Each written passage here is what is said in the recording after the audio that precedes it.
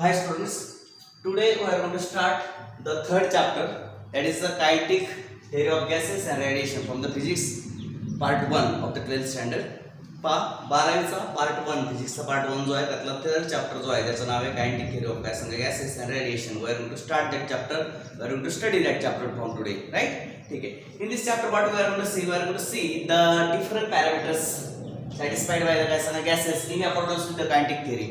Kinetic थेअरीच्या आधारे आपण गॅसेस कडून वेगवेगळे जे मॅक्रोस्कोपिक आपण पॅरामीटर्स म्हणतात. मॅक्रोस्कोपिक पॅरामीटर्स म्हणजे काय? Pressure, temperature, volume, energy of the gas, हे जे काही मॅक्रोस्कोपिक पॅरामीटर्स असतात कुणाचे गॅसेस मॉलिक्युलचे, त्यांचा स्टडी आपण करणार आहे. We are going to see the inter relations between them, त्यांच्यामधले इंटर रिलेशन्स काय त्याचा स्टडी आपण त्या ठिकाणी करणार आहोत. तर before seeing that study we should know what is the difference between solid, liquid and gas. Solid, liquid आणि गॅस यांच्यामध्ये काय फरक आहे तो आपल्याला माहिती असायला पाहिजे, किंवा तो आपल्याला माहिती आहे. Everybody know that there are 3 states of matter.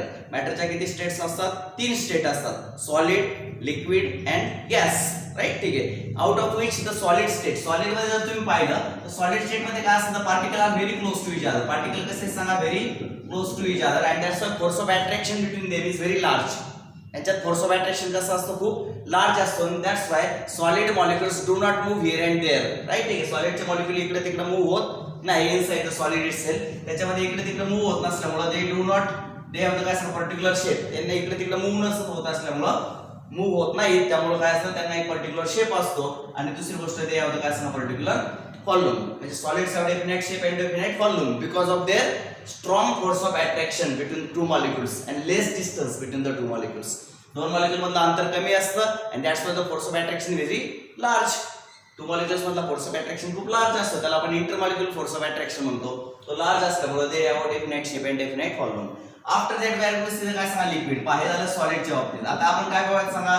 Liquid. What is the difference between solid and liquid? In liquid the distance between two molecules is quite greater than काय सांगा? सॉलिड. सॉलिड पेक्षा लिक्विड मधल्या दोन मॉलिक्युलचं अंतर कसं असतं? थोडंसं जास्त असतं. आणि distance between two molecules is greater than that of काय सांगा? Solid. And that's why molecules are free to move here and there inside the liquid itself. लिक्विडच्या आतल्या हे मॉलिक्युल इकडे तिकडे मूव्ह होऊ शकतात, राइट? ठीक आहे. These molecules are moving here and there and that's why they do not have definite shape. त्यामुळे लिक्विडला कुठलाही स्वतःचा शेप नाही, because the molecules are free to move here and there. Molecule इकडे तिकडे मूव्ह होतात आणि त्यामुळे त्यांना काही कुठला स्वतःचा शेप नाही. But these molecules cannot overcome the काय सांगा? Surface of the liquid. ते लिक्विडच्या सरफेसच्या बाहेर येऊ शकत नाही. Everybody know the concept of surface tension. Surface टेन्शनचं जे काही असतं त्याच्यामुळे काय होतं? सॉलिडचे मॉलिक्युल बाहेरचे जे लेअरचे मॉलिक्युल ते आतमध्ये ओढायचा प्रयत्न करतो लिक्विड, आणि त्यामुळे काय होतं? पारक्षात these molecules do not overcome the force of attraction, बरोबर? ठीक आहे. आणि तो काय फोर्स ऑफ अट्रॅक्शन सरफेसच्या बाहेर लिक्विडचे येऊ शकत नाही मॉलिक्युल, आणि म्हणून दे हॅव द काय सांगा? Definite volume. त्यांना व्हॉल्यूम मात्र आहे स्वतःचा, परंतु शेप मात्र मॉलिक्युल इकडे तिकडे मूव्ह होतात म्हणून शेप नाहीये. परंतु ते मॉलिक्युल सरफेसच्या बाहेर येऊ शकत नाही. That's why they have the काय सांगा? Definite volume. आता after that we will see the next concept called काय सांगा? गॅसेस. त्याच्यानंतर आपली तिसरी कन्सेप्ट आहे, तिचं नाव काय सांगा? गॅसेस. द गॅस मॉलिक्युल जे आहेत पालक्षा they have very large distance between them. त्यांच्यामध्ये खूप मोठं अंतर असतं, राईट? ठीक आहे. खूप जास्तचं अंतर आहे आणि खूप जास्तीचं अंतर असल्यामुळं पालक्षा they are very apart from each other and that's why the force of attraction be acting between the gases molecules is very very very small. We can say that negligible. आपण म्हणू शकतो की गॅसेसच्या मॉलिक्युलरला फोर्स ऑफ अट्रॅक्शन कसं आहे सांगा? Negligible आहे. And that's why these molecules are free to move here and there and also they occupy entire space whatever be available, बरोबर? ठीक आहे. जी काय स्पेस त्यांच्याकडे अवेलेबल असेल ते सगळीच्या सगळे स्पेस ते व्यापू शकतात, because there is no force of attraction or the force of attraction is negligible. And that's why म्हणून आपण असं म्हणतो की they do not have definite shape. त्यांना स्वतःचा शेप पण नाहीये and they do not have काय सांगा? Definite volume. त्यांना स्वतःचा व्हॉल्यूम सुद्धा नाहीये. असे कन्सेप्ट आपण त्या ठिकाणी पाहत असतो. तर दिस ऑल अबाउट द काय सांगा? Gases molecules, right? ठीक आहे. आता हे जे काही गॅसेस मॉलिक्युल्स असतात या गॅसेस मॉलिक्युल्सचा स्टडी आपल्याला या ठिकाणी करायचा आहे, राईट? ठीक आहे. आता everybody know that every matter is made of the काय सांगा? मॉलिक्युल्स. आता कुठल्याही मॅटर मध्ये मॉलिक्युल्स असतात. मॉलिक्युलची संख्या किती असते? Very large number of molecules are present in the matter. Matter मध्ये खूप मोठ्या संख्येने मॉलिक्युल्स असतात हे आपल्या सर्वांना माहिती आहे, राईट? ठीक आहे. There are very large number of molecules, tiny molecules, बरोबर? Discrete molecules are present in each type of काय सांगा? मॅटर. मग हा जो काही गॅस आहे, इफ यू ट्राय टू काय सांगा? Study each molecule separately. जर प्रत्येक मॉलिक्युलचा आपण सेपरेटली जर अभ्यास करायला गेलो तर it is very difficult. It is very difficult because it is not stationary molecule. तो काय स्टेशनरी नाहीये किंवा तो it is moving here and there. आणि या सगळ्या गोष्टींचा विचार केला तर each and every molecule study separately it is not possible. जर प्रत्येक मॉलिक्यूल सेपरेटली स्टडी करायचा प्रयत्न केला तर ते पॉसिबल होणार नाही. आणि that's why we are going to consider the काय सांगा बिहेवियर ऑफ मॉलिक्यूल्स. आपण या सगळ्या मॉलिक्यूलचा बिहेवियर पाहणार आहे. हे मॉलिक्यूल कसे वागतात, काय करतात, what is the motion, what is this motion is काय सांगा बाउंडेड बाय किंवा मोशन कशाने बाउंड केलेले असते, कुठले पॅरामीटर्स त्या मोशन मध्ये क्रिएट होतात. राईट, ठीक आहे. त्या सगळ्यांचा स्टडी करणार आहे. आणि या सगळेच्या सगळे मॉलिक्यूल्स इंडिव्हिज्युअल स्टडी करण्यापेक्षा ऑल दिस मॉलिक्यूल्स आर काय सांगा consider together and the macroscopic properties like pressure, volume, temperature, energy, या सगळ्या गॅस मॉलिक्यूल जे आहेत ते डिस्क्रीट मॉलिक्यूलचा सेपरेट स्टडी न करता डिस्क्रीट मॉलिक्यूल जे आहेत ते सगळे एकत्र घेऊन, राईट, ठीक आहे, त्यांच्या आधारे आपण ह्या संपूर्ण गॅस मॉलिक्यूलचे मॅक्रोस्कोपिक पार्टिकल प्रॉपर्टीज म्हणजे pressure, volume, temperature, energy, these are the new parameters or these are the parameters we are going to consider for the gas molecule. हे लक्षात, ठीक आहे. हे प्रकारचे हे जे काही पॅरामीटर्स आहे गॅसचे ते आपण स्टडी करणार आहे. पण त्यासाठी we should know before seeing this parameters, हे पॅरामीटर्स पाहण्यापूर्वी we should know what is the behaviour of gas molecules inside the काय सांगा cylinder, inside the wall, under the walls of cylinder. सिलेंडरच्या आतमध्ये म्हणजे सिलेंडरच्या आतमध्ये ज्या वॉल्सच्या आतमध्ये जे काही गॅस मॉलिक्यूल भरलाय, हाऊ दे बिहेव्स, कसे वागतात, काय असतं त्यांचं, त्याचा सगळ्याचा स्टडी करून मग त्याच्या प्रॉपर्टी डिफाइन करणार आहे आपण. प्रेशर काय, व्हॉल्यूम काय, टेम्परेचर काय, एनर्जी काय, प्रेशर कशावर डिपेंड असतं, व्हॉल्यूम कशावर डिपेंड असतं, टेम्परेचर कशावर डिपेंड असतं, एनर्जी किती असते, कोणावर डिपेंड असते, what is the relation between pressure, volume, temperature, energy, हे सगळ्या गोष्टी आपल्याला चेकआउट करायच्या. त्यासाठी we are going to see the kinetic theory of gases, म्हणजे some assumptions are made by some scientist. पहा लक्षात घ्या, काय अजम्पशन्स सायंटिस्टने त्या ठिकाणी गृहीत धरले. मग क्लाउसिस अँड मॅक्सवेल, पहा क्लाउसिस अँड काय सांगा मॅक्सवेल,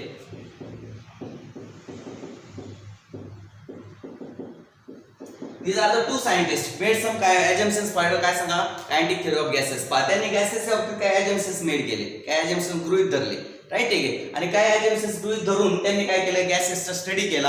आणि ते assumptions आपण सुरुवातीला चेकआउट करणार आहे, बरोबर, ठीक आहे. How the gas behaves inside the काय सांगा वॉल्स ऑफ द सिलेंडर.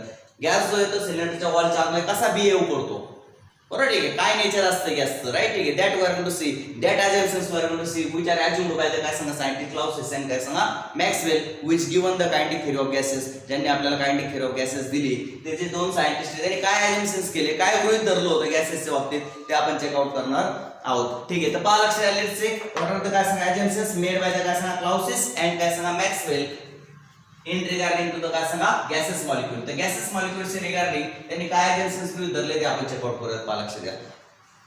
पहिले assumption होतं सर्वांनी गॅस molecules किंवा gas is made up of consist of असं म्हणूया. गॅस काय सांगा consist of very large number of small और वी कैन से दैट काय सांगा टाइनी पार्टिकल्स. प्रत्येक गॅस हा काय सांगा खूप छोटे काय सांगा छोट्या पार्टिकल्सचा मिळून बनलेला असतो. त्यांनी काय गृहीत धरलं ते मी सांगतोय, बरोबर, ठीक आहे. पहा लक्षात द्या, मी सांगतोय काय मी तुम्हाला हेडिंग देतो लागलं तर क्लाउसिस पहा and Maxwell kinetic theory of gases, ठीक आहे. त्यांनी जे assumptions केली, बरोबर, before deriving the parameters like pressure, volume, temperature, energy and the relation between them, they assumed some things about the gas. त्यांनी गॅसच्या बाबतीत काही गोष्टी assume केल्या आणि those assumptions we are going to see initiate. पहा सुरुवातीला आपण ती assumptions पाहणार आहे. पहा लक्षात, gas consists of very large number of काय सांगा पार्टिकल्स. गॅस हा खूप छोट्या पार्टिकल्सचा मिळून बनलेला असतो. This particles are very tiny particles. हे पार्टिकल कसे सांगा खूप टायनी पार्टिकल्स आहेत, राईट, ठीक आहे. आता हे पार्टिकल कसे असतात, सेकंड थिंग त्यांनी काय सांगितले पहा, दिस गॅस पार्टिकल्स पहा गॅस पार्टिकल्स किंवा they are called as molecules. त्यांना आपण काय म्हणतात का कॉल्ड एज मॉलिक्युल्स. त्यांना आपण मॉलिक्युल शब्द वापरूया. काय वापरूया सांगा मॉलिक्युल्स, राईट, ठीक आहे. दिस मॉलिक्युल्स पहा gas molecules are elastic, rigid and spherical in nature. पाच लक्षात. सेकंड थिंग काय सांगितलं पहा लक्षात घ्या की हे जे काही गॅस मॉलिक्युल्स आहेत ते कसे असतात, इलास्टिक असतात, राईट. ठीक आहे, they R elastic, rigid and spherical in nature, having very small radius. पहा, हॅव्हिंग व्हेरी स्मॉल रेडियस असं आपण लिहूया, हॅव्हिंग व्हेरी स्मॉल, राईट. ठीक आहे, स्मॉल रेडियस, राईट. ठीक आहे, यांची रेडियस जी आहे ती खूप छोटी असते, नियर अबाउट 10⁻10 मीटर, राईट. ठीक आहे, हे जे गॅस मॉलिक्युल्स असतात ते पहा कसे इलास्टिक आहेत, रिजिड आहेत आणि स्पेरिकल असतात. म्हणजे gas is made up of large number of particles. All this particles are काय सांगा, स्पेरिकल, गोलाकार आहेत, राईट. ठीक आहे, रिजिड आहेत, भरीव आहेत, त्यानंतर काय सांगा इलास्टिक इन नेचर असं आपण त्या ठिकाणी पाहिलं. आता हे जे मॉलिक्युल्स असतात पहा लक्षात, ते सगळे आयडेंटिकल असतात. म्हणजे काय, ऑल गॅस मॉलिक्युल्स, पहा लक्षात, all gas molecules are identical in their mass, shape and काय सांगा साइज. याचा अर्थ काय होतो पहा लक्षात घ्या की सगळेचे सगळे गॅस मॉलिक्युल जे असतात त्यांचा मास, त्यांचा शेप आणि त्यांचे काय सांगा साइज कसे असते, सेम असते. मी फॉर एक्झाम्पल आपण जर क्लोरीनचे मॉलिक्युल जर घेतले तर पहा फर्स्ट मॉलिक्युल जर एवढा असेल तर सेकंड सुद्धा तेवढाच असणार, थर्ड सुद्धा तेवढाच पाहिजे. त्यांची साइज कशी आली सांगा, सेम आले. याचं मास जर m असेल तर याचं सुद्धा m, याचं सुद्धा m, याचं सुद्धा m, याचं सुद्धा m, राइट. एव्हरीबडी हॅज काय सांगा same mass. Their masses are same, their shapes are same, right. ठीक आहे, their masses same, their shapes same and their sizes are also same. हे लक्षात घ्या. All the gas molecules of the same gas, एकाच gas मॉलिक्युलचे सगळे molecule जे आहेत ते कसे असतात, आयडेंटिकल असतात, राइट. ठीक आहे, आता आपण जर दुसरा गॅस घेतला समजा, हा समजा क्लोरीन घेतला, आता मी समजा दुसरा गॅस घेतला, लक्षात घ्या कुठलाही पण दुसरा आपण गॅस जर घेतला, लक्षात कुठला आपण घेतला, समजा मी कुठला गॅस घेतला, फ्लोरीन घेतला, तर माझ्या असं की फ्लोरीनचे जे काही पार्टिकल्स आहेत, जर हा पहिला पार्टिकल एवढा असेल तर सेकंड सुद्धा तेवढा अशा प्रकारे काय होतं सांगा, छोटे छोटे. म्हणजे all the molecules of fluorine gas are identical in shape, size and mass. All the molecules of fluorine are identical in their shape, size and mass. बरोबर. ठीक आहे, मी कुठलाही एक पर्टिक्युलर गॅस आपण जर घेतला, कुठलाही आपण स्पेसिफिक गॅस जर निवडला, त्याच्या सगळ्या पार्टिकलचा जर सगळ्या मॉलिक्युलचा स्टडी केला तर ऑल द मॉलिक्युल्स आर काय सांगा identical in there mass, shape आणि काय सांगा साइज. हे आपल्या त्या ठिकाणी लक्षात आलं पाहिजे. आता आपल्याला पुढचा टॉपिक पाहिजे पहा लक्षात घ्या की हे जे काही मॉलिक्युल्स असतात पहा लक्षात घ्या, all the molecules actual volume occupied by the gas molecules. पहा लक्षात घ्या, फोर्थ मी अजम्पशन सांगतो पहा, actual volume occupied by the gas molecules, occupied by the gas molecules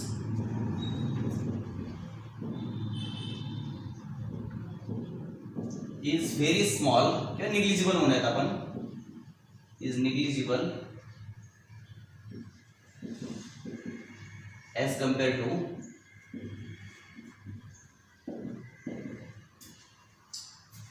the total volume. पहा लक्षात, actual volume occupied by the gas molecules is negligible as compared to the total volume. म्हणजे कसं पहा, या cylinder मध्ये समजा gas भरलेला आहे पहा, in this cylinder there is a काय सांगा gas is filled and that's why what happens पहा gas molecules are काय सांगा occupying all the space. आता मला सांगा this is the total volume, हे काय सांगा पूर्ण व्हॉल्यूम झालं कोणाचं, गॅसचं. परंतु देर आर काय सांगा, there are these are the particles, हे सगळे पार्टिकल जर आपण खूप कॉम्प्रेस करून जर बसवले असते तर ते actually require this space. 1 2 3 9 particles are there are, मी जरा करता घेतले. मग मला सांगा या सगळ्या पार्टिकलला जर आपण खूप कॉम्प्रेस करून बसवलं असतं त्यांना एवढी जागा लागली असती का, नाही. मी ऍक्च्युअली दे विल काय सांगा, हे पहा 1 2 3 4 5 6 7 8 9, 1 2 3 4 5 6 7 8 9, एवढी जागा त्यांनी ऍक्च्युअली लागली असती, बरोबर की नाही. पण त्यांनी ऑक्युपाय मात्र काय केली सांगा, जास्त जागा केली. म्हणजे ऍक्च्युअल व्हॉल्यूम त्यांना किती लागते, खूप छोटं लागते. ऍक्च्युअल व्हॉल्यूम खूप छोटं लागते, पण ते ऑक्युपाय मात्र काय करतात, खूप मोठी जागा व्यापतात. हे लक्षात घ्या. म्हणून इथं काय सांगितले, actual volume occupied by the gas molecules is negligible. Gas मॉलिक्युलला खूप कमी जागा लागते ऍक्च्युअली, पण ते ऑक्युपाय मात्र काय करतात, खूप जास्त जागा अक्वायर करून ठेवतात. हे लक्षात घ्या. इथं ते चौथं अजम्पशन मी या ठिकाणी लिहिलंय, actual volume occupied by the gas molecules is negligible as compared to the total volume. हे तर लक्षात ठीक आहे. सिलेंडरच्या टोटल व्हॉल्यूमशी कंपेअर करता ऍक्च्युअल जागा आहे कशी असते सांगा, कमी असते. ऍक्च्युअली या 9 पार्टिकल एवढी सुद्धा जागा भरपूर झाली तर त्यांना त्या पद्धतीने आपण जर बसवलं, राईट. ठीक आहे. पण ऍक्च्युअली ते ऑक्युपाय काय सांगा लार्ज व्हॉल्यूम, हे लक्षात घ्या. आणि म्हणून आपण असं म्हटलं की actual volume is negligible as compared to the काय सांगा टोटल व्हॉल्यूम ऑफ द काय सांगा गॅस मॉलिक्युल्स. आता पहा लक्षात द्या, मला सांगा गॅस मॉलिक्युल्स मधला डिस्टन्स ते काय करते, ऍक्च्युअल व्हॉल्यूम पेक्षा त्यांनी व्यापलेली जागा कशी असते, खूप मोठी असते. आणि त्या they are very apart from each other. म्हणून आपण या ठिकाणी म्हणणार दे आर काय सांगा, they are at very large distance from each other. ते एकमेकांपासून कसे सांगा खूप लांब अंतरावर आहे. Hence do not exert force on each other. त्यामुळे एकमेकांवर काय निर्माण करत नाही सांगा फोर्स निर्माण करत नाही. लक्षात घ्या काय सांगितलं मी.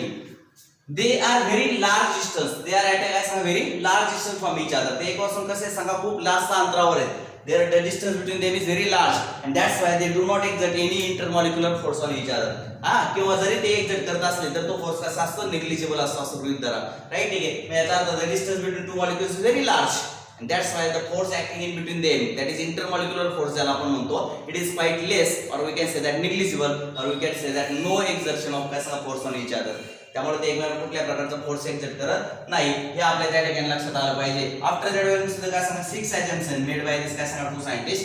6वा assumption पहा लक्षात द गॅस मॉलिक्युल्स पहा the gas molecules are always in continuous random directional motion. पहा लक्षात हे जे गॅस मॉलिक्युल्स आहेत whether they are stationary no they are not stationary, they are moving here and there in the random direction. ते काय करतात continuously here and there random direction with different speeds. आपण इथे लिहिलेलं आहे पहा with different स्पीड्स. बरोबर ठीक आहे. या प्रत्येकाचा स्पीड वेगवेगळा असतो. बरोबर ठीक आहे. They are moving here and there with काय सांगा in random direction here and there with different speed. ते इकडे तिकडे सारखे कंटिन्युअसली मूव्ह होत असतात. राईट ठीक आहे. And they are moving this motion is called as काय सांगा random motion. You are already seen in the 11th standard Brownian motion. तुम्ही 11th स्टँडर्डला ब्राउनियन मोशन पाहिलेली आहे. पहा gas molecules goes here then goes here goes here goes here then goes here then goes here and this motion such type of motion is called as काय सांगा Brownian motion. right ठीक आहे. तर अशा प्रकारचे they are moving here and there in the random directional motion with काय सांगा different speed वेगवेगळ्या स्पीडने काय होत असतात ते random directionally इकडे तिकडे मूव्ह होत असतात. आता after that we see during this motion पहा during this random motion पहा during this random motion बरोबर ठीक आहे they collides on each other collides on काय सांगा each other. ते एकमेकांवर काय होतात सांगा collide होतात and finally collides on the walls of cylinder. एकमेकांवर तो collide होतातच होतात आणि फायनली काय होतं सांगा फायनली collides on the काय सांगा walls of the cylinder. Finally ते सिलेंडरच्या वॉल वर जाऊन सुद्धा काय करतात सांगा आदळतात. लक्षात ठेवा during this random motion they are moving here and there while moving they collides on काय सांगा each other. ते धडकतात आणि finally they will collide on the काय walls of cylinder. धडकत शेवटी ते कडेला गेले की walls of cylinder वर जाऊन काय करतात सांगा ते धडकतात. हे आपल्या त्या ठिकाणी लक्षात आलं पाहिजे. या धडका जे असतात पहा लक्षात आठवण the collisions these collisions असं आपण म्हणूया the collisions of gas molecules are completely elastic. की collisions कसे असतात completely elastic असतात नेचरने. कसे असतात सांगा elastic in nature. what is mean by elastic? there is no loss of kinetic energy. इथे लिहितो no loss of kinetic energy during the collision. collisionच्या दरम्यान कुठल्याही kinetic एनर्जीचा लॉस त्या ठिकाणी होत नाही हे त्या ठिकाणी आपल्या लक्षात आलं पाहिजे. कळलं सर्वांना. पहा the collisions of gas molecules are completely elastic in nature. बरोबर गॅस मॉलिक्युलचे collision जे आहे ते नेचरने कसे असले पाहिजे completely इलास्टिक असले पाहिजे. there is no loss of काय सांगा kinetic energy हे त्या ठिकाणी तुमच्या लक्षात आलं पाहिजे. कळलं ते सर्वांना. राईट ठीक आहे. पहा they are moving here and there. बरोबर ठीक आहे. During their motion they collides on each other. मोशनच्या दरम्यान ते कोलाइड होतात. कोलाइड झाल्यानंतर this collisions are elastic in nature. हे सगळे कोलिजन नेचरने कसे आहेत इलास्टिक आहेत. इलास्टिक म्हणजे there is no loss of kinetic energy there is no loss of momentum. येते लक्षात ठीक आहे. 11th स्टँडर्डला तुम्ही इलास्टिक कोलिजन आणि नॉन इलास्टिक आणि इलास्टिक कोलिजन असे दोन कन्सेप्ट ऑलरेडी पाहिलेले आहेत. इलास्टिक कोलिजन मध्ये काय no loss of kinetic energy कुठल्या प्रकारची कायनेटिक एनर्जी त्या ठिकाणी होत नाही. आता पहा लक्षात किती वेळ लागतो पहा लक्षात द टाइम रिक्वायर्ड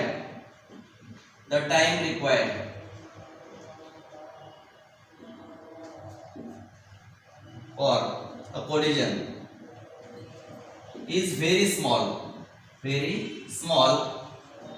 हा जो कोलिजन साठी लागणारा वेळ आहे तो काय असतो खूप छोटा असतो. हे लक्षात घ्या. तो कसा असतो सांगा खूप छोटा असतो. मी याचा अर्थ काय तो खूप छोटा असतो. कुणाशी तुलना करता as compared to the time between 2 collisions. दोन कोलिजनच्या मध्ये जेवढा वेळ असतो त्याच्यापेक्षा इम्पॅक्टचा टाइम म्हणजे काय सांगा, the time required for a collision म्हणजे इम्पॅक्ट साठी लागणारा वेळ हा दोन कोलिजनच्या दरम्यानच्या वेळापेक्षा खूप कमी असतो. बरोबर ठीक आहे. गॅस इज मूव्हिंग, इम्पॅक्ट व्हायला खूपच कमी वेळ लागतो ॲज कम्पेअर टू द काय सांगा between the time between the two collisions. दोन कोलिजनच्या दरम्यानच्या वेळापेक्षा इम्पॅक्टचा टाइम हा खूप कमी असतो. म्हणजे धडकले की लगेच ते साईडला होतात. म्हणजे time of impact is very small as compare to the काय सांगा time between the two collisions. दोन कोलिजनच्या दरम्यानच्या वेळापेक्षा इम्पॅक्टचा टाइम हा कसा असतो सांगा खूप छोटा असतो. हे लक्षात आलं पाहिजे त्या ठिकाणी. इम्पॅक्ट टाइम इज काय सांगा व्हेरी स्मॉल. त्यानंतर पहा 9th वन.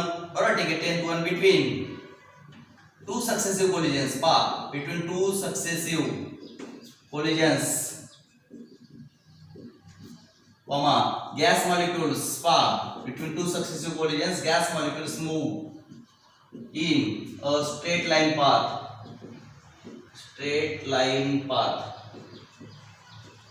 दोन सक्सेसिव्ह कोलिजनच्या दरम्यान गॅस मॉलिक्यूल कसे मूव्ह होतात. They are not moving curved path और काय सांगा सर्क्युलर पाथ और ऑर्डर बेबी.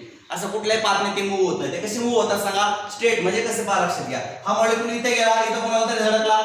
बरोबर ठीक आहे. This molecule goes here and here the collision takes place. Then it direction changes goes here. Then once again काय सांगा कॉलाइड्स हियर गोज हियर. पण between two successive collisions the path covered is काय सांगा straight line. Between this and this collision path is काय सांगा straight line. Then once again goes here. Between this and this collision the path is काय सांगा straight. Then goes here.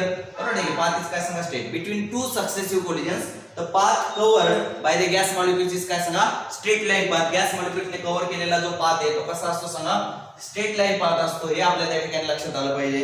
तर ते सर्वांना काय सांगतोय मी. त्यानंतर पहा लक्षात number of molecules per unit काय सांगा व्हॉल्यूम ऑलवेज रिमेन्स कॉन्स्टंट. पहा लक्षात मी तुम्हाला 11th अजम्पशन सांगतोय. हे लक्षात आलं का जावं.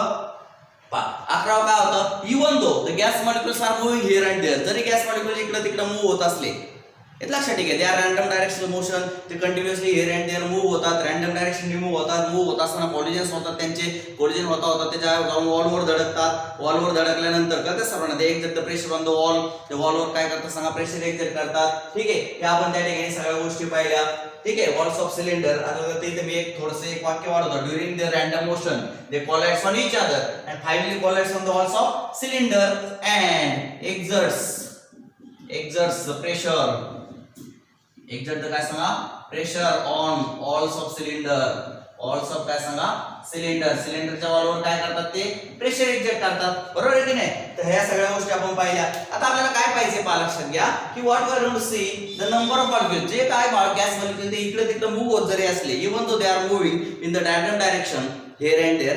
जरी ते रँडम डायरेक्शन इकडे तिकडे मूव्ह होत असले तरी सुद्धा the number of gas molecules per unit volume always remains constant. म्हणजे कसं पहा लक्षात घ्या. हा जो काही गॅस मॉलिक्यूल आहे असं जरा हे गॅस मॉलिक्यूलचे हे मॉलिक्यूल एवढा पोर्शन आपण पाहूयात. यातले काही मॉलिक्यूल बाहेर चाललेत, काही मॉलिक्यूल इकडे चाललेत, काही मॉलिक्यूल पण त्याच वेळी काही मॉलिक्यूल बाहेरून सुद्धा आत चाललेत ना. बरोबर ठीक आहे. Some molecules are going outside, some molecules are coming towards it. आणि त्यामुळे पाहते की number of gas molecules per unit volume एवढा जर पोर्शन आपण पकडला तर बाहेर जाणाऱ्यांची संख्या आणि आतमध्ये येणाऱ्यांची संख्या जवळजवळ सेम राहते. It is nearly same and that's why the number of gas molecules per unit volume remains constant. कारण जेवढे जातात तेवढे परत त्या ठिकाणी येणारच आहे कुठून ना कुठून. येते लक्षात घे. म्हणून आपण त्या ठिकाणी म्हणूया पहा लक्षात number of gas molecules per unit volume. पहा लक्षात the number of gas molecules per unit volume. The number of gas molecules per unit काय सांगा व्हॉल्यूम ऑलवेज रिमेन्स कॉन्स्टंट.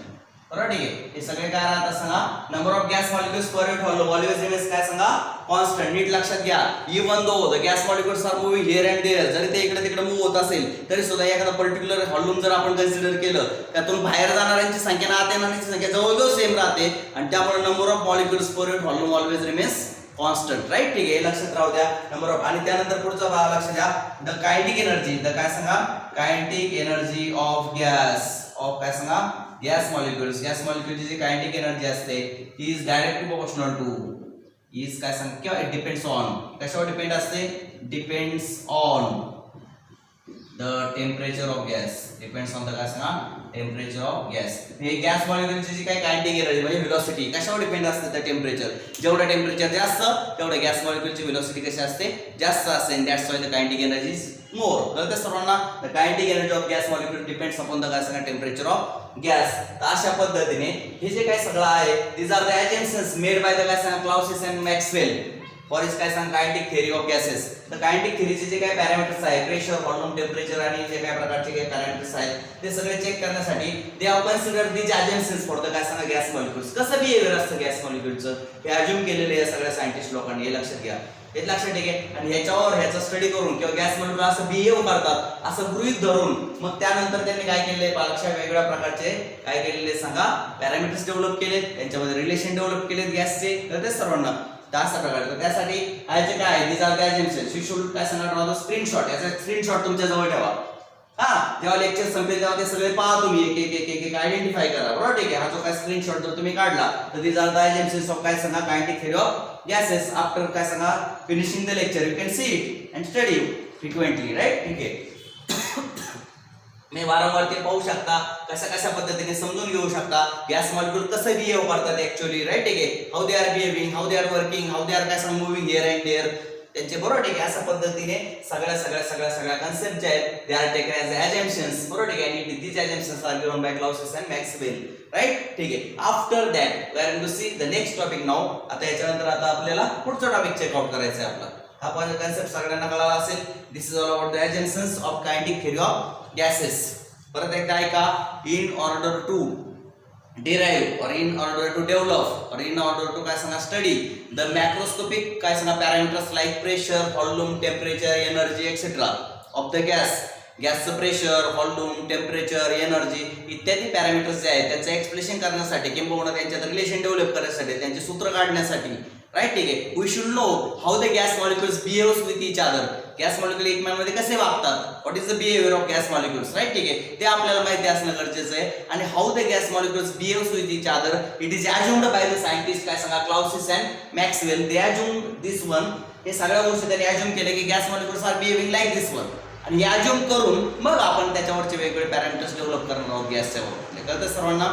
हे लक्षात घ्या. मग दीज आर अजम्पशन्स. बरोबर ठीक आहे. For kinetic theory of gases. हे अजम्पशन्स आपल्याला लक्षात असले पाहिजे. हे अजम्पशन्स आपल्याला माहिती असले पाहिजे. हे अज्युम केल्यानंतर आपण पुढे जाणार आहोत. राईट. ठीक आहे. हे लक्षात राहू द्या. चला आता आपण आपल्या टॉपिककडे लक्ष द्या. अजम्पशन्स स्क्रीनशॉट जवळ ठेवा. इथे लक्षात नंतर म्हणजे लेक्चर फिनिश झाल्यानंतर तुम्हाला त्याचा स्टडी करता येईल किंवा ते पाहता येईल एक इंडिव्हिज्युअली. राईट. ठीक आहे. जाऊया पुढं. ठीक. पहा लक्षात. आफ्टर इट वर to see the ideal gas. पहा कन्सेप्ट ऑफ आयडियल गॅस. आता मी तुम्हाला काय सांगणार आहे पहा. तर मी तुम्हाला शिकवणार आहे आता concept of ideal gas. Ideal gas म्हणजे काय. आणि what is the difference between ideal gas and real gas. You already seen in the previous standards. मागच्या स्टँडर्ड मध्ये तुम्ही आयडियल गॅस आणि रिअल गॅस याच्यामध्ये फरक पाहिलेला आहे. निसर्गात जे सापडतात ते रिअल गॅसेस. आणि what is ideal gas. Ideal gas is the hypothetical concept. Ideal gas he hypothetical concept हे आपल्या सर्वांना माहिती आहे. राईट. ठीक आहे. मग आता पहा आपण आयडियल गॅस म्हणजे काय. तर we are going to see the ideal gas. Ideal gas. पहा the gas which satisfy the ideal gas equation called as PV equal to nRT. जो gas PV is equal to nRT या इक्वेशनचं satisfaction for all temperature and pressure. For काय सांगा all temperature and काय सांगा pressure. सगळ्या temperature आणि प्रेशरला जो गॅस या इक्वेशनचं सॅटिस्फॅक्शन करतो त्याला आपण आयडियल गॅस असं म्हणतो. बरोबर. ठीक आहे. The gas which satisfies the ideal gas equation called as PV equal to nRT for all temperature and pressure is called as काय सांगा आयडियल गॅस. हे लक्षात ठेवा. राईट. ठीक आहे. परंतु आता आयडियल गॅस म्हणजे काय ते मी तुम्हाला सांगितलं. परंतु एक प्रॉब्लेम असा आहे पालक सर्वांनी लक्ष द्या. आयडियल गॅस मध्ये दोन अजम्पशन्स गृहीत धरलेले असतात. एक काय गृहीत धरलं आता आपण अजम्पशन्स पाहिले. काय गृहीत धरलं की the force of attraction. Force of काय सांगा attraction between two gas molecules is zero or negligible. इसका zero or negligible. बरोबर. ठीक आहे. आयडियल गॅस मध्ये काय असतं force of attraction between two gas molecules is zero और काय सांगा निग्लिजिबल. आणि दुसरं the actual volume occupied by gas molecules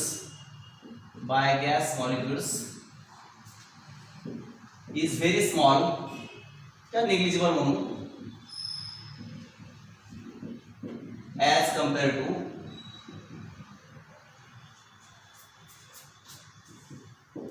the total volume occupied by it. बरोबर, ठीक आहे. टोटल व्हॉल्यूम से कंपेअर करता गॅस मॉलिक्यूलला खूप कमी जागा लागणार आहे. ऍक्च्युली जर ते आपण एकत्र बसवले तर they will require very small space. हे मी मागाशी तुम्हाला एक्सप्लेन केलेलं आहे.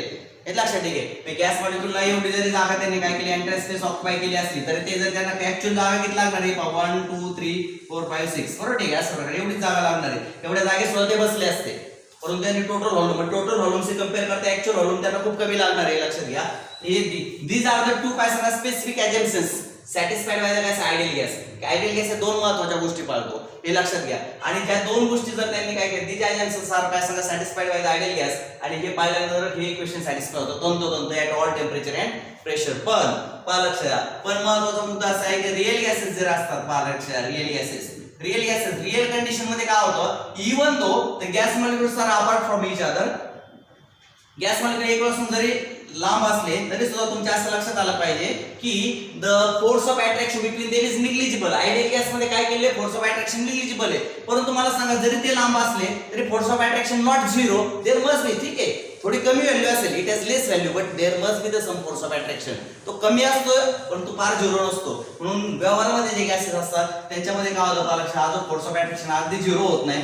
There must be some force which is weak, no problem. तो कमी असतो परंतु अगदी झिरो होत नाही. आणि व्हॉल्यूम जे आहे ऍज कम्पेअर टू द काय सांगा टोटल व्हॉल्यूम, पूर्ण जे काय व्हॉल्यूम आहे त्याच्याशी तुलना करता आयडियल गॅसचं व्हॉल्यूम निग्लिजिबल करता येत नाही. त्यामुळे रिअल गॅसेस मध्ये काय होतं पहा लक्षात घ्या. एक स्पेशली जर आपण काय केलं पहा लक्षात घ्या, हाय काय सांगा प्रेशर अँड पहा लक्षात का मी काय सांगतो, अँड काय सांगा लो टेम्परेचर. हाय प्रेशर आणि काय सांगा लो टेम्परेचरला जर आपण एखादा गॅस घेतला व्यवहारामध्ये, लक्षात ठीक आहे. हाय प्रेशर आले, हाय प्रेशर म्हणल्यानंतर काय केलंय, गॅस दाबून gas is very compress using काय सांगा सम हाय प्रेशर. खूप हाय प्रेशर टाकले आणि गॅस काय केलं सांगा मला, कॉम्प्रेस केला. हा पिस्टन आहे असं गृहीत धरा, गॅस कॉम्प्रेस केलाय. कॉम्प्रेस केल्यानंतर काय सांगा, the distance between two molecules is very लेस.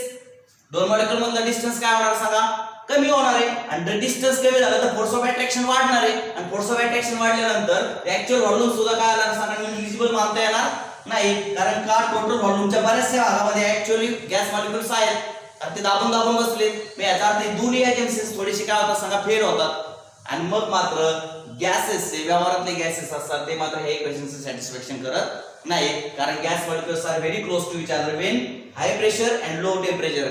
लक्षात, प्रेशर जर आपण हाय लावलो आणि टेम्परेचर जर कमी लावसेल, कारण टेम्परेचर वाढलं की गॅस मॉलिक्युल लांब जातात आणि टेम्परेचर कमी केले की गॅस मॉलिक्युल जवळ येतात. हे लक्षात, लो टेम्परेचरला आपण गॅस मॉलिक्युल जवळ येतात आणि हाय प्रेशरला पण जवळ येतात. हाय प्रेशर आणि लो टेम्परेचर दोन्ही पॅरामीटर जर आपण अप्लाय केले तर gas molecules come closer to each other.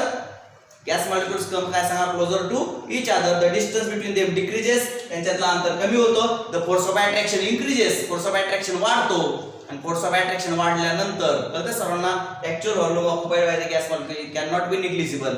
Gas molecule occupy केले ऍक्च्युअल व्हॉल्यूम मी निग्लिजिबल करू शकत नाही. आणि मग मात्र गॅस मॉलिक्युल ह्या दोन अटी सॅटिस्फाय न केल्यामुळे आयडियल गॅस सारखं वागत नाही. मग लक्षात ठेवा, बाकीच्या कंडिशनला म्हणजे high except at high temperature and low temperature all the real gases occupy act as a gas ideal gas. परंतु हाय प्रेशर आणि लो टेम्परेचर मात्र बाकीचे गॅसेस आयडियल गॅस सारखे वागत नाही. म्हणजे सांगायचा मुद्दा असा की ॲट हाय प्रेशर आणि low temperature the equation PV is equal to nRT is not satisfied. बरोबर, exactly there is some deviation in this equation. बरोबर, ठीक आहे. Such gases are called as काय सांगा रिअल गॅसेस.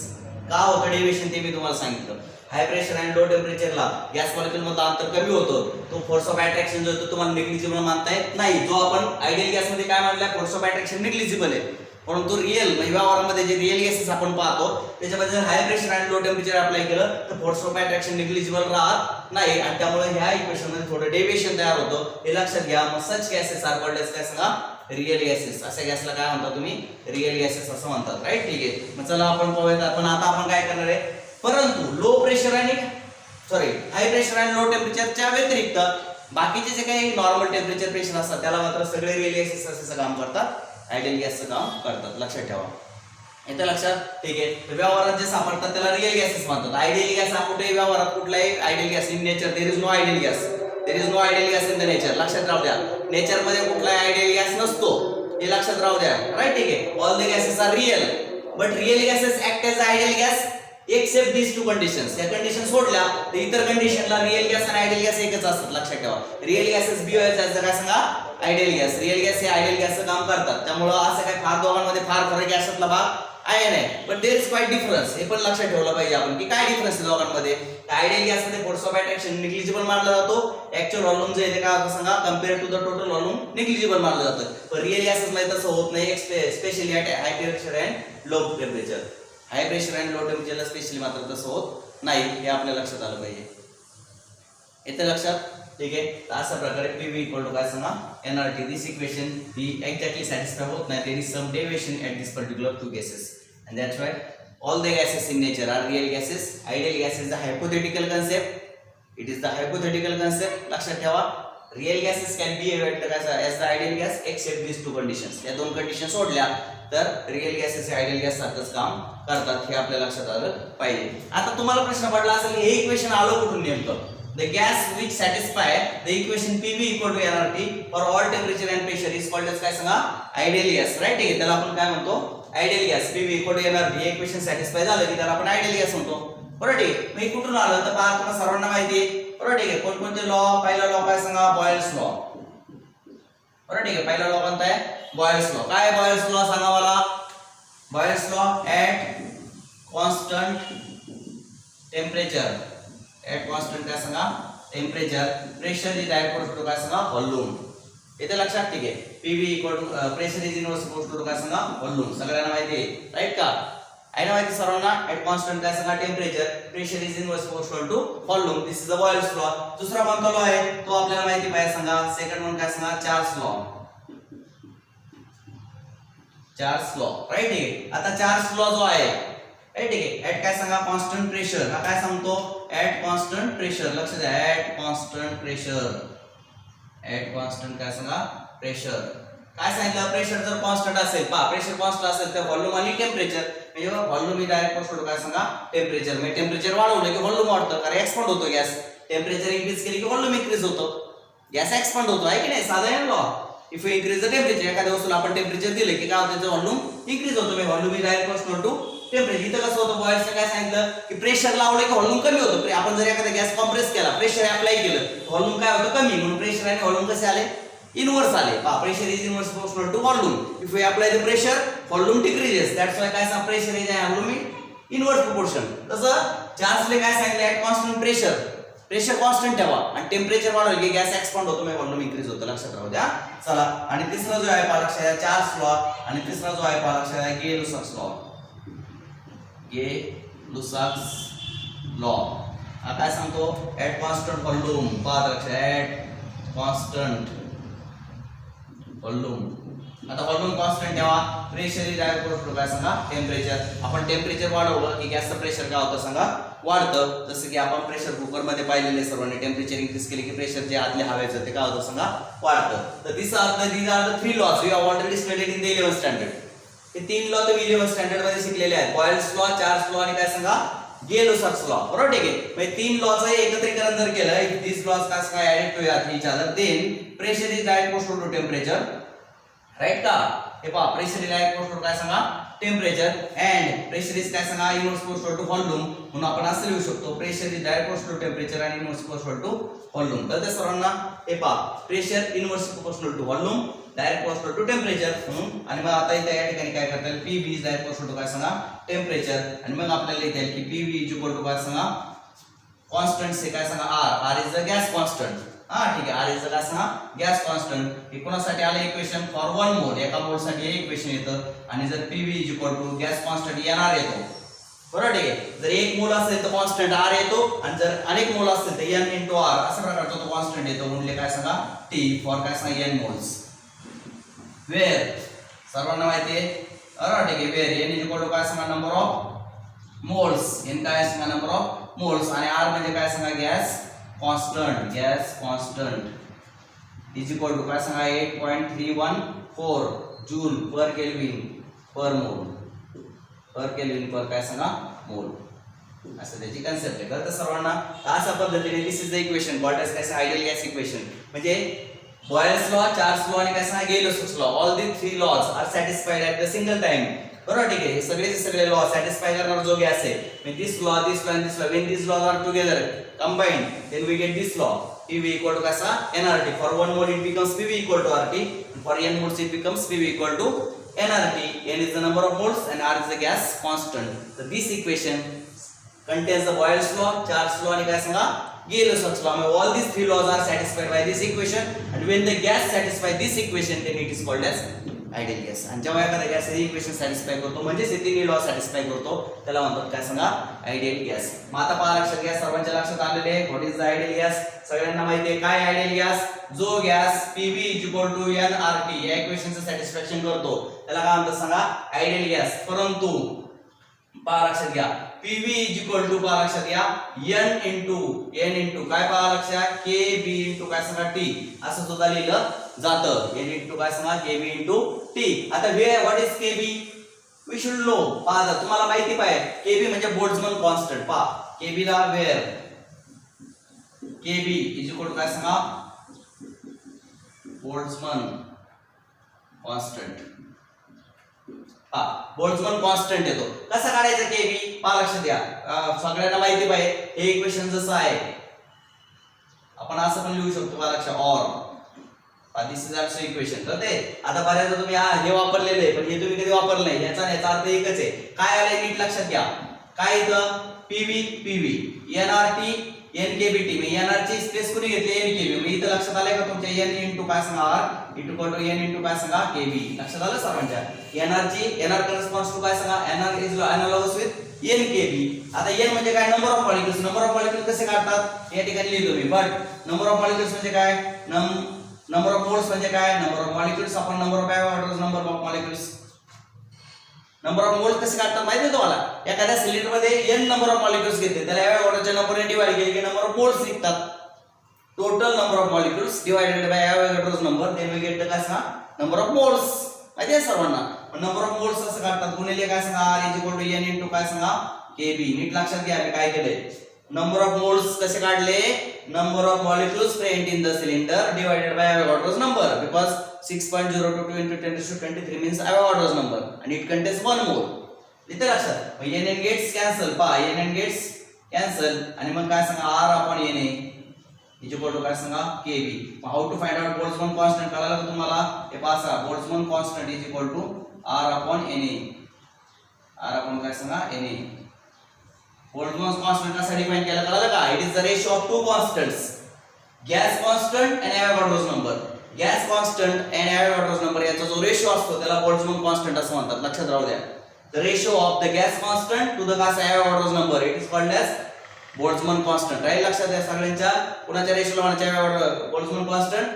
R इज काय सांगा gas constant. R कोण आहे गॅस कॉन्स्टंट आणि NA म्हणजे काय एवोगाड्रोज नंबर.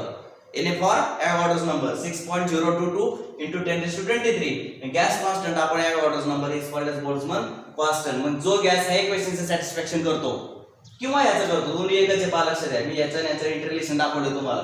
KB ची व्हॅल्यू R आपण NA जर घेतली तर इक्वेशन असं होतं.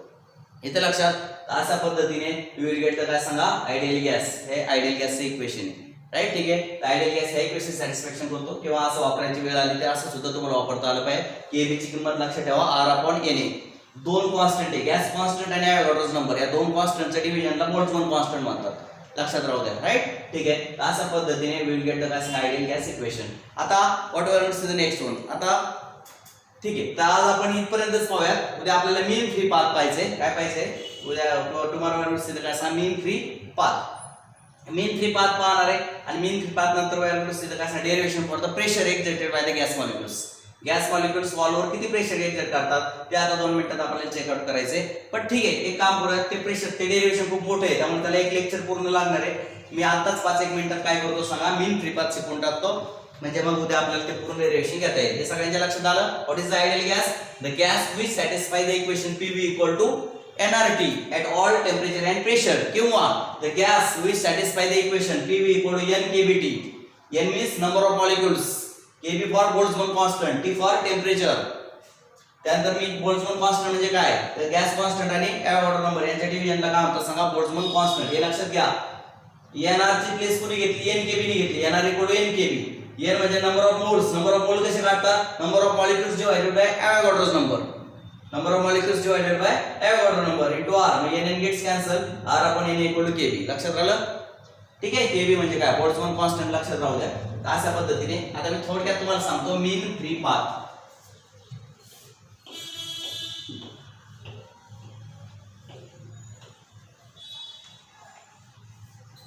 टॉपिक जो आता पुढचा आपल्या त्याचं नाव आहे मीन free path.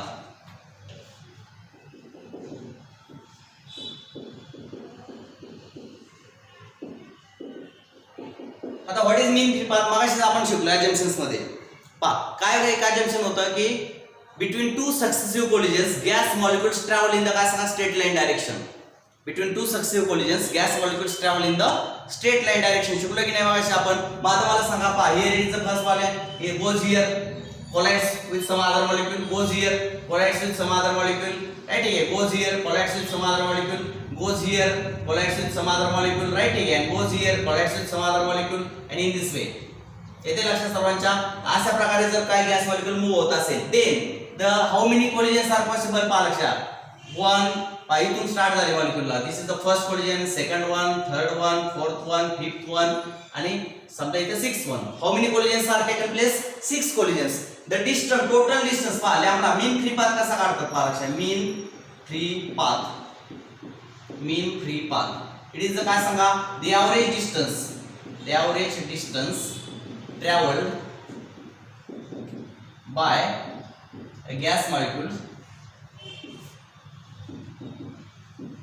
between two successive collisions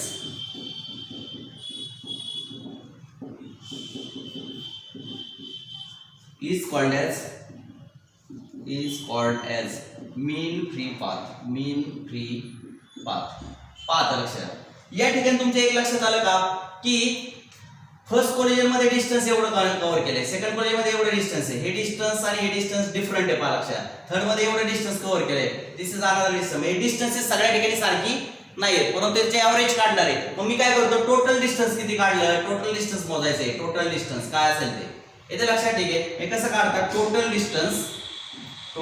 distance covered divided by number of collisions. Number of काय सांगा, कोलिजन्स. बरोबर. ठीक आहे. मग आता मला सांगा 6 कोलिजन मध्ये त्यांनी जर s एवढं डिस्टन्स कव्हर केलं किंवा x एवढं डिस्टन्स कव्हर केलं असेल आणि नंबर ऑफ कोलिजन जर n असते, तर एका कोलिजनला किती distance, between to collisions, between two successive collisions किती डिस्टन्स, त्याचे एव्हरेज काढणार आपण. कसं काढलं कळलं सर्वांना, total distance divided by number of collisions. मग 6 कोलिजनला त्याने टोटल किती अंतर कव्हर केलं ते काढायचं आणि टोटल डिस्टन्सला नंबर ऑफ कोलिजनने डिवाइड केली की तुम्हाला काय मिळणार आहे, मीन फ्री पाथ मिळेल, एव्हरेज मिळणार. त्याला आपण म्हणतो मीन फ्री पाथ. कळलं सर्वांना, लक्षात राहील. Total distance cover divided by काय सांगा, number of collisions is called a mean free path. हे पहा, हे डिस्टन्स सगळ्या ठिकाणी वेगवेगळं असतं, पण जरी वेगळं असेल तर आपण त्याचा एव्हरेज काढतो. काय काढतो, एव्हरेज. म्हणजे between two successive collisions how much distance is averagely covered by that molecule.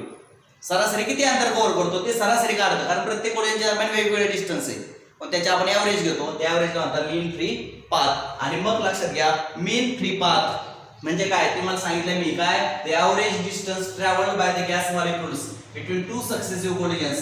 2 successive कोलिजनच्या दरम्यान सरासरी किती अंतर कव्हर केले गॅस मॉलिक्युलने, त्याला म्हणतात काय सांगा, मीन फ्री पाथ. कसं काढायचं, total distance covered upon number of काय सांगा, कोलिजन्स. कळतं सर्वांना. इट इज नथिंग बट काय सांगा, lambda equal to x upon n. Using this formula you can find out the mean free path. आता लक्षात घ्या. Now it is observed that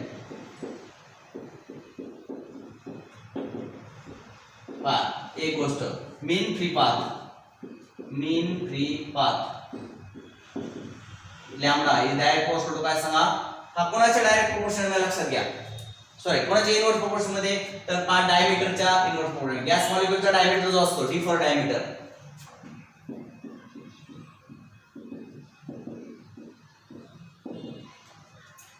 lambda लक्षात घ्या, d फॉर काय सांगा, डायमीटर. लक्षात घ्या, मी काय सांगतो तुम्हाला, लॅम्बडा हा कोणाच्या इनवर्स प्रोपोर्शन मध्ये असतो, तर डायमीटरच्या इनवर्स प्रोपोर्शन मध्ये असतो. नीट लक्षात घ्या. डायमीटर जेवढा छोटा तेवढा नंबर ऑफ कोलिजन्स काय होणार सांगा, कमी होणार आहे. कारण जर छोटा मॉलिक्युल असेल तर धडका कमी होणार आहे, दे विल कोलाइड लेस. कारण जर स्मॉल साईज असेल पार्टिकलची, मोठी साईज असेल तर मोठी होणार आहे, परंतु जर स्मॉल साईज असेल तर काय होणार सांगा, कमी होईल. आणि धडका जर कमी झाला तर डिस्टन्स काय, दोन धडकांमधलं डिस्टन्स आहे किंवा टू कोलिजन्स मधलं डिस्टन्स आहे ते काय होणार सांगा, जास्त असणार आहे. म्हणून लक्षात घ्या, if the diameter is small then the mean free path is greater. का कळालं सर्वांना? परत लक्षात घ्या, जेवढे मॉलिक्यूल छोटे असतील तेवढं त्यांच्यामध्ये जे काही कोलिजन्स होणार आहे त्यांची संख्या कमी होणार आहे. कोलिजन कमी झाले की लॅम्बडा वाढतो, कारण between the distance between two successive collision is called lambda. म्हणजे जास्त अंतर होईल, दोन धडकांच्या, दोन कोलिजनच्या दरम्यानचा डिस्टन्स जास्त होईल. लक्षात घ्या, म्हणून डायमीटरच्या इनवर्स डायमीटर स्क्वेअरच्या इनवर्स प्रोपोर्शन मध्ये असतो लॅम्बडा. आणि दुसरी गोष्ट पहा, लक्षात घ्या, मीन फ्री पाथ